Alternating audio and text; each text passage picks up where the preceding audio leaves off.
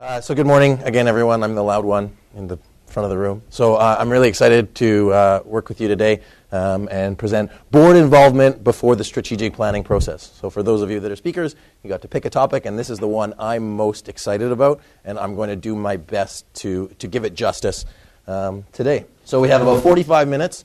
I'm not a big fan of talking longer than I have to, so we should have about 10 minutes at the end for questions and discussion. So, I have a clicker, don't I? Oh, wonderful. Thank you. No problem. So objectives for today, as per the flyer that you would have seen. So what I want to do is share with you my approach and my best practices in how to best establish and determine long-term goals, how to best define vision, mission, and values, provide input on key issues relating to strategic direction, and lastly, focusing on objectives and not tactics. So here's my approach. I know Anne's a golf fan, so I put this in here for her. Thank you. Oh, nice. So I don't have a lot of notes, and I don't have a lot of words on my slides. So if you're going to take notes, I encourage you to do so. I also encourage you to leave about half a page, because I'm leaving the first part for the last, because I wasn't sure who was going to be paying attention at 10 o'clock in the morning. So I'll tell you, my approach is as a consultant. So as a consultant, I ask a lot of questions. So what I want to do is be able to arm you with questions to ask at your next board meeting, at your next management team meeting. So instead of me talking at you, it's more of a discussion, and you have something to take with you as you go. Perfect. So my job as a consultant, I'm also a facilitator. So I work with management teams to work through this board process. So my personal goals for today, to share some approaches on strategic planning that'll make you more effective in your roles, to change how you think about implementing strategy, because it is an art. It's not a science. So there's many ways to do it, and I'm sure everybody in the room has their own approach and their own way that they like to implement strategy, whether it's from a management team perspective, whether you're a consultant, or whether you're on a board. And lastly, to have a fun, engaging, and valuable dialogue. So I don't want it to be just me talking at you. I want you to have fun, because that's why we're here. And if we're not going to like each other at the end of 2 days, then it's not going to be very fun. Is that okay with everybody? Mm-hmm. Wonderful. Okay, so who am I? Anne gave me a great introduction. I'm the principal consultant at SME Strategy. We work with management teams of SMEs. So my background is as a business owner, so started from the ground up. So I understand the risks firsthand when you spend your own money to launch something. I like soccer, scotch, and puns. So I will sprinkle a few puns in there. And if anybody's on the internet, you can connect with me at Anthony C. Taylor, because it's always nice to connect with other professionals moving forward. So again, objectives for today. Is everybody okay with these objectives for what we're going to try to accomplish today? Yes. Hopefully you share those. Perfect. So who are you? I know we're a small, intimate group of about 10 to 15 people today, but I really want to know who, if, again, we're going to be chatting for 2 days. So who's in the room here? So just by a show of hands, who is on a working board? Okay. And then who's primarily governance board? Okay, so a bit of everything. And who is management or a consultant? Oh, fantastic. Okay, so this is going to be a great cross-section. I think it'll give us a lot of opportunity for discussion. So my first question is, when does the planning process begin? Does it start during board meetings? Is it in your off-site strategy session, whether you're doing it once a year, once every 3 years, quarterly? Or when the organization was founded? So when is the strategic planning process? Does anybody have any thoughts? All the above. Yeah? Perfect. Again, there's no one right answer. It's however your organization chooses to do things. Oh, lots of pictures. So this is the first part, minus the blank part, is the vision. It's the big open space. So depending on where it starts, if you said, okay, well, it starts when the organization started, so we're at the bottom here. And then we got to a point, we say, well, what do we do now? What's next? So we're going to start at 30,000 feet, which is up this high in the sky, and figure out, okay, where are we going next? Where do we want to be at some point in the future? So everybody knows what a vision is. Everybody's heard a vision statement. You've read dozens and dozens, and there are a few sentences that somebody's come up with and saying, okay, this is where we want to go. So questions I like to ask in a board or when I'm doing facilitation is, where are we going? Why should we go there? And what is winning? And for me, what is winning is one of the most important questions when it comes through this process. Some people call it beyond the finish line. The question I always ask is, if success was a place, how would we know if we got there? So depending on what your organization is, your vision might be 3 years. It might be 5 years. It might be 10 years, and you could be a city, and you're looking at 50, 100 years, or even culturally, depending on what your planning timeline is. So again, another question. So another way I approach this is when I do interviews with management teams before we start. If you had 3 wishes for the future, what would they be? So, I mean, it's something at the end of today you can think about. So one of the questions I forgot to ask is, why are you here? Like, what are you hoping to get out of today? So does anybody have like an objective for the next 2 days? Yeah? Perfect.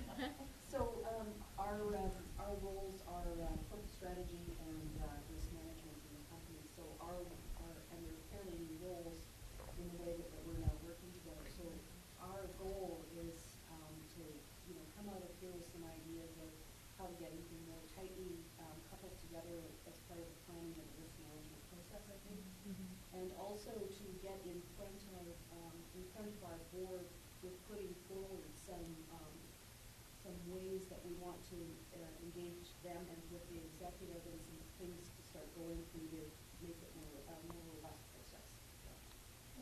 Yeah. Perfect. I was comments earlier. We, traditionally have just taken up to the board. Our high risks are critical as we see them, subjectively at the management level. But it hasn't been as two-way or as successfully two-way. That's their role. We stand. How to get that conversation going. Perfect. And I mean, hopefully, I know there's a few presenters in the room, so hopefully, as you present, we can cater our presentations to be more helpful. There's an analogy that I like, and of course, I'm a consultant, so I talk about a lot of analogies. It's Alice in Wonderland, the Cheshire Cat. He says, "Where do I go?" He says, "Well, I don't know." Well, then any road will take you there.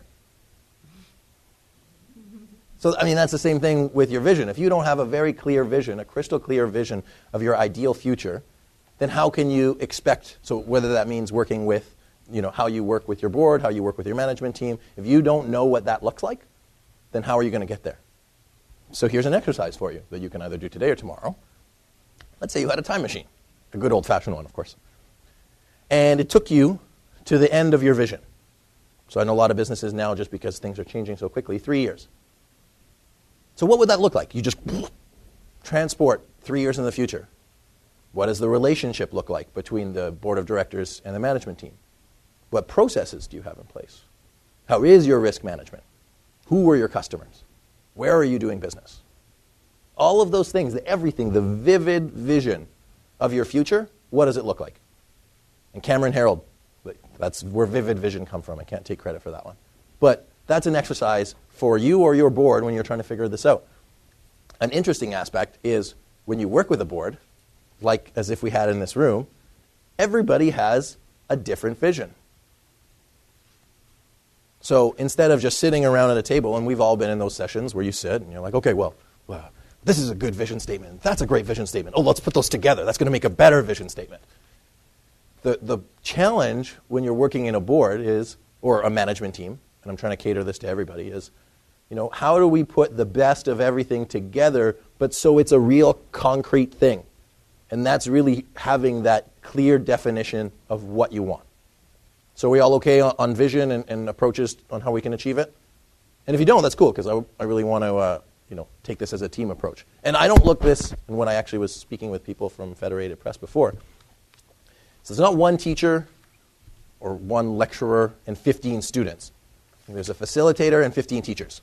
Like, you're all in your businesses very, very good at what you do, and that's why you're here. And I think we can learn a lot from each other. So whether it's in this room, whether it's in the networking breaks, or if anybody's going for beers after, I think it's not something to be overlooked. But I digress. So next, mission. So we know where we want to go, and what are we going to do to get there? I mean, this is the best example I could think of. Okay, here's what we're doing. How are we going to get there? So the question I ask is, who do we do it for? I look at a mission statement as, who are you doing your business for? I know Anne mentioned that the board of directors is no hands in. I do a lot of active board management. I have to do a lot of the work. So this is one of the questions that I always ask. Who are we doing what we do for? What's going to accomplish our vision? And one question that's coming up more and more, as I find, is who is our main customer? Who do we do it for? So I know Anne mentioned a few times is that she's doing for the shareholder. That's, and that's your duty as a board of directors. It's to the shareholder. But if you're a management team, like, who is your customer? Is your customer your client? Is your customer your supplier? Are they your stakeholders? And it's going to help you with where you put your resources, where you allocate your time, where you allocate your resources. Here's a great example. I watched a Best Buy commercial the other day, and their commercial, all they were saying in their commercial, their talking points, was their mission statement. They didn't say, this is our mission statement. They said, this is what we do, and this is who we do it for. So I look at this, I say, okay, great. It doesn't, of course, there's a vision to be the best retailer of electronics, so on and so forth. We say, we're going to give expert service at an unbeatable price, and we're here to help. These are tactics. These are strategies on how to do that. But for the most part, we support your products, and we help you choose. That's our mission. Our client is the customer. Another example of a good mission statement in combined, this is a business school. So a world-class knowledge institution in continuous pursuit of innovation and enterprise. That's a great vision. I would like a little bit of meat in the middle, but I'm sure there is. And so how are we going to do that? Meet stakeholder expectations, provide academic, professional, and service excellence, build corporate connections, gain international recognition, and promote high-quality research. Seem like fair mission statements? Somebody says, okay, great. Now we have an idea of how we're going to fulfill our mission. So this is one of my favorite tools. The most. So it says a 30,000-foot pyramid. At the very, very top is your vision. And the mission, how do you fulfill your vision? I wonder if there's a laser pointer on this thing. Oh, I bet there is. Yeah. So the objectives, how are you going to do the mission? The mission is going to support the vision. And we're going to stop here. We have a lot of great speakers over the next 2 days, so I'm not going to cover strategies or tactics, but they will be slightly implied. But the important thing here is all in alignment. Some people actually argue that this should be an upside-down triangle, but I'll leave it like this, pyramid. So now I'll talk about values, and talked a bit about values. Is what do you promise? What are you about? What can people expect from your organization? Great businesses have a great culture. The most successful businesses have a great culture, and it comes from the values. So it's not, things that we believe in. It's what do you live, eat, and breathe every day. Those are your values. One of the things that I work on, especially in the competitive strategy space, is values is a great differentiator. You can have similar products. Bless you. No problem. Similar business, but if you have different values, that's what's going to make you successful. I'll give you a real-life example is, who's familiar with California, the state of California? Okay, perfect. And you're familiar that there's a lot of tech companies in there? Yes. So you have Google, you have Amazon, you have Twitter, you have Facebook, you have LinkedIn. I was listening to the HR recruiter for LinkedIn, and they attracted their people that work for them on values. The coding is more or less the same. The products are the same. It's all values. So when you're doing this, either from a management team perspective or a board perspective, is how can you incorporate the values to be a differentiator? How is it going to support your mission? How is it going to support your vision? Again, it's all about alignment. So some thoughts around organizational values and guiding principles to ask your organization, ask yourself. So values and behaviors are the way we do things around here. I'll tell you more about that after. So a question to ask yourself is, what negative behaviors might be addressed with a statement of values? You're either in or you're out. Jim Collins, Built to Last, great. So you're on the bus. You're on the bus or you're off the bus. And part of the strategic planning process, as part of your strategy, is doing these the values. And some people might not agree with the values. If they don't agree with the values, you should be off the bus. Work somewhere else. So a question to ask when you go back and do your next board meeting or do your next strategic plan is, how do the values that we actually have align with behaviors of people? I'm sure you've written a strategic plan or been part of a strategic planning process, and then you got this great big document of stuff, and it sits on the shelf for the rest of the time. Nobody actually does anything. I was at a company yesterday, and they said, these are our values. We had them posted. This is what people live, eat, and breathe every day. That's a good value statement. That's when you have values that are aligned with the organization. It's a way to be more effective. Does that make sense? Value? Any questions on values? Wonderful. Okay. So it's all about alignment. I'm going to say a few things about alignment, but I'm going to keep saying this over and over. So I have a fun game. I like bears, so I don't have my bear tie today. Okay, everybody put up your hands, please, if you wouldn't mind. All right, wonderful. So now put them like this. Flat like this, hands out, palms open. Wonderful. Okay. So now look at your hand and look at every digit on your hand and imagine that these are the top 5 performers in your organization. These are the people on your board. These are people on your management team that are working on the same projects as you. We all good? Wonderful. So now, picture a line that goes out. Maybe it's a very long fingernail, whatever you want to do, that goes out from each of those digits. And imagine that is the journey of the people that are on your team if they're not aligned. So at first it doesn't make a big difference, but over time, they're going to get really, really far away. Now, what impact do you think that'll have on your organization if they're not aligned like that? You can put your hands down if you want.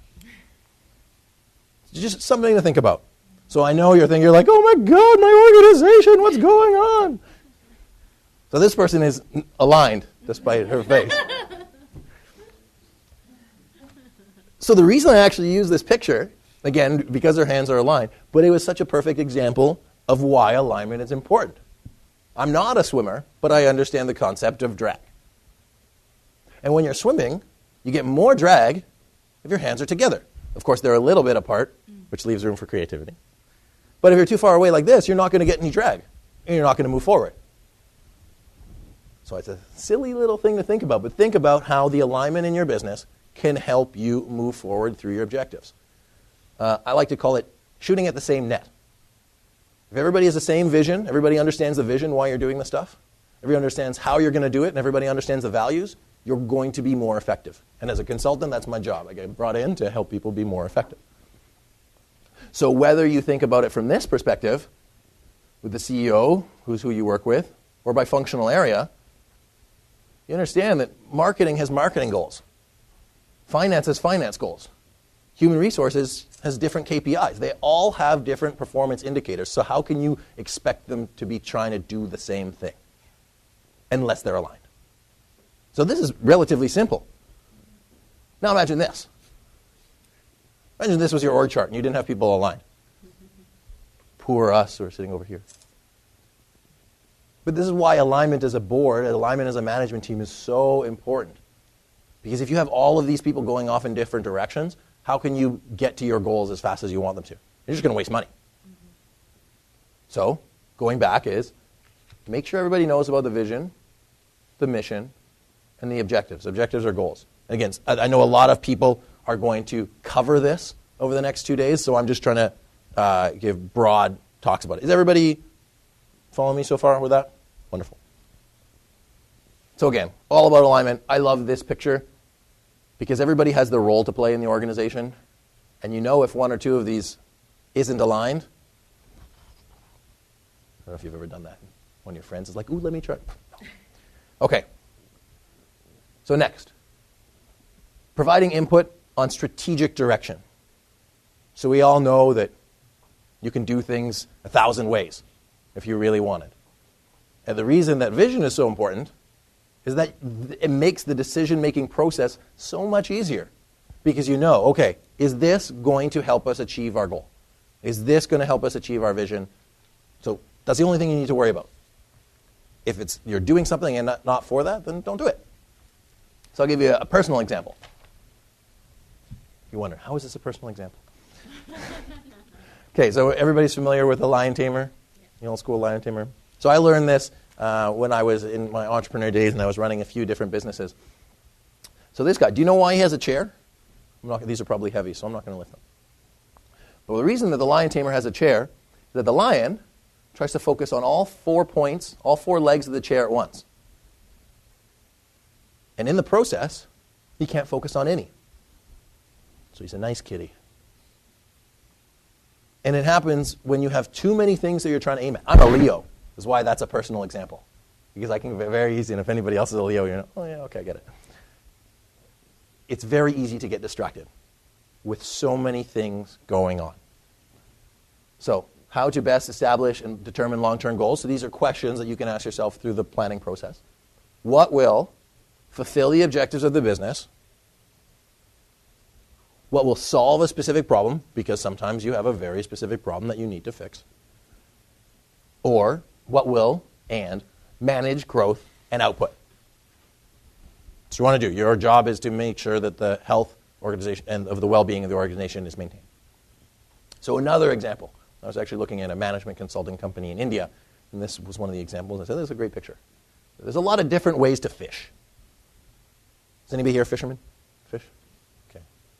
So you'd be like, this guy who's going to try everything. And when I saw this, I said, you know, companies that are like, yes, technology is the way to go. Let's focus on technology. Let's just technology everything. Why do you need this technology? Do you need the technology? If anybody work with technology officers, they're like, let's build this. Don't need to build this. Anyways. But the objective here is catch a bunch of fish. Your only goal is to catch the fish. And once you focus on catching the fish, not how you're going to catch the fish, you're going to catch more fish. I don't know why this guy's cake here, but I suppose it might work. Okay. So focusing on objectives and not tactics for this purpose of this. So one way to do that, a balanced scorecard, call it an oldie but a goodie. So aligning your vision and strategy, again, everything is alignment, with 4 different sort of metrics. The financial metrics. And when you chat with young companies, that's all they focus on. They say, I just want to make money, I just want to make revenue, I just want to do this. But how do you actually make that revenue? It's through focusing on your customers, which are so important. It's on your internal business processes, like your risk management system. And then your learning and growth. You know, how are you going to train your people? How are you going to get them better? How are you going to grow as an organization and scale? So, balanced scorecard. So we're going to touch on how to create your strategy.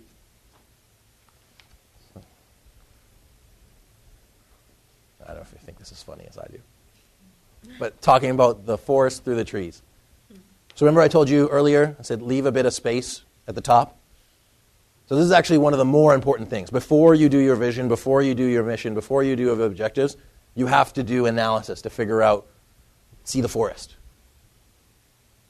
So start with internal and external analysis through the strategic process at whatever point you're at. So here's how I approach it. I look at companies' core competencies. What are we good at? That's like your chips. That's just your ante. That's what you use to get in the game. What are you good at? And then you look and say, what are we better at than everybody else? How can we be successful in the future? Where do we want to play? This is where the vision comes in. You could go in a bunch of different areas. Why? Of course, as a consultant, I ask why all the time. Why? Or if you have a young child, why? But it really makes you think. Why? Where can we win? And they encourage you, whether your own company or look at other companies, look at why they make decisions. They move into spaces where they can be successful. Samsung is making dishwashers. LG is making dishwashers. And in my mind, they're known for phones. They say, no, we can win in this space. We can be successful. That's part of our strategy. So where can you win? Everybody's been here. You have a team of people. They're saying, okay, how do we make this happen? How do we put this together? Guys, let's put our heads together and we'll lead this and make this change management and build our strategic plan and all that. Do you know what this reminds me of? I was preparing this not too long ago. So everybody's just making a recipe. Again, it's not a science, right, unless you're baking. It's an art. So you're taking all of these inputs, the vision, the mission, the objectives, the goals, the values, and you're putting it into a big pot. And ideally, you're going to have a document, and a document that people actually live by and do things by, that's going to help you get what you want, your vision.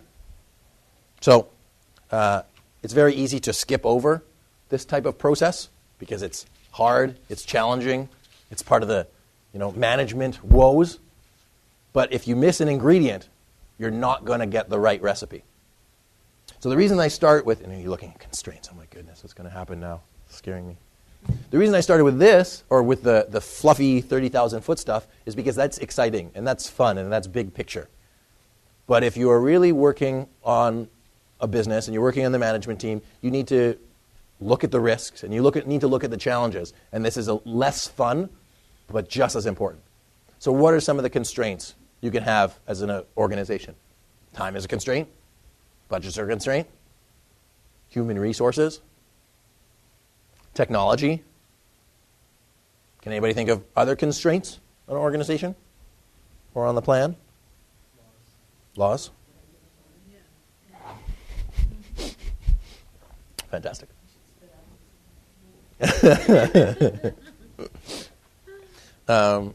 Perfect. So everybody's heard SMART goals, so we're not going to talk about that. But these are the things to think about. When you look at where you're putting your actual resources in your company, is you have basically two approaches. You can slather it on like peanut butter, which is not a good approach in my opinion. Or you focus on where the resources most need to go, because most organizations, I haven't met an organization that had unlimited resources in any of those ways. So figure out where you're going to use your resources. Okay. So what if something bad happens? Or something bad happens? Yeah. I know you'd love that. So we talked about risk, and I wasn't going to talk too much about risk, but how can you anticipate this? What do you do when you see this?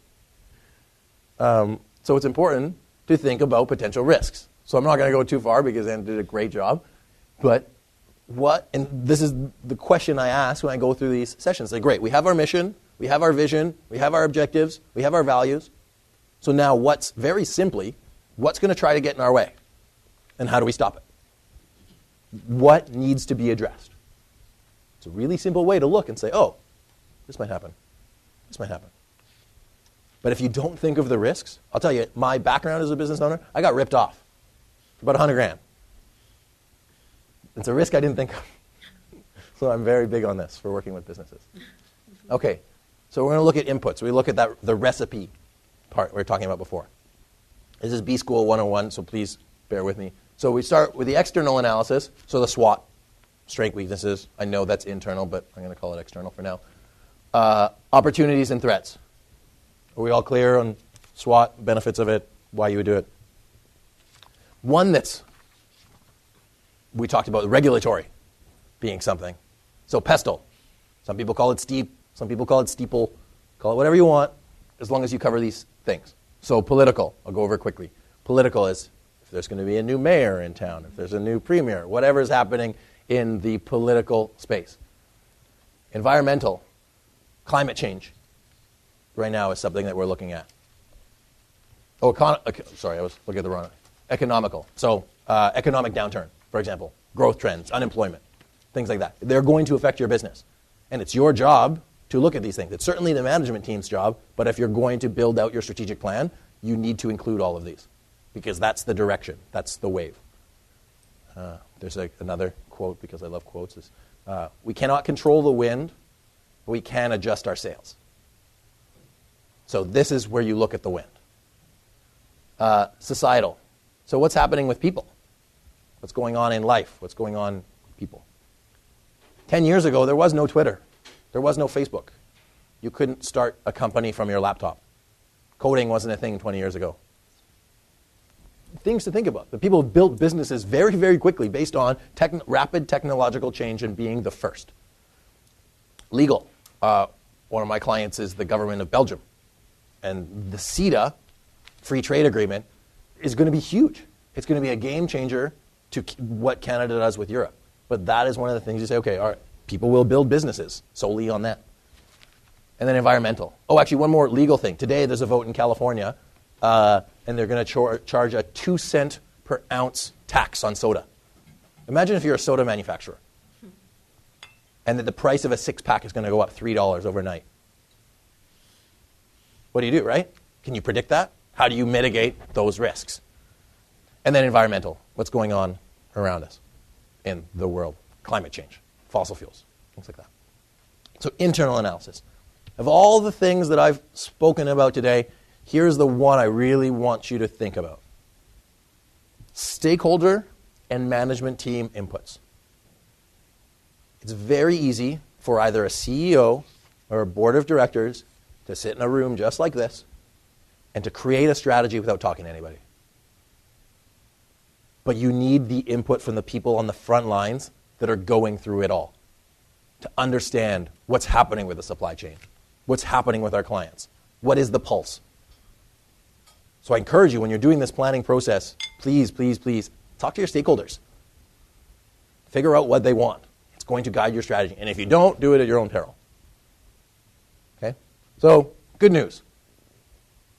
Oh, see, of course it's broken when I say good news. It's a team sport.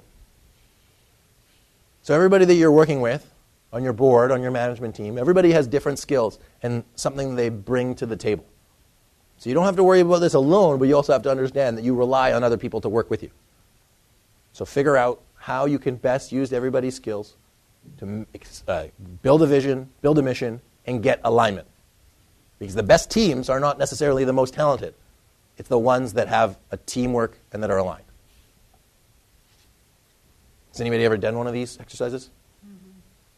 We did one of these with one of our associates before. And this just means that everybody has to be on the same page. Going back to that alignment.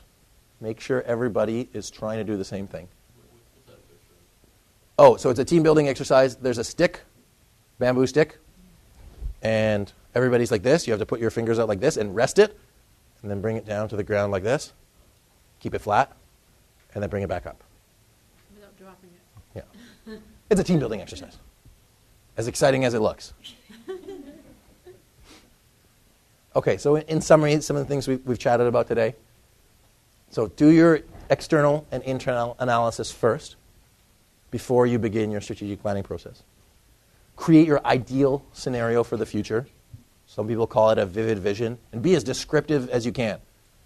Because there's one school of thought that says you write a 1-paragraph vision.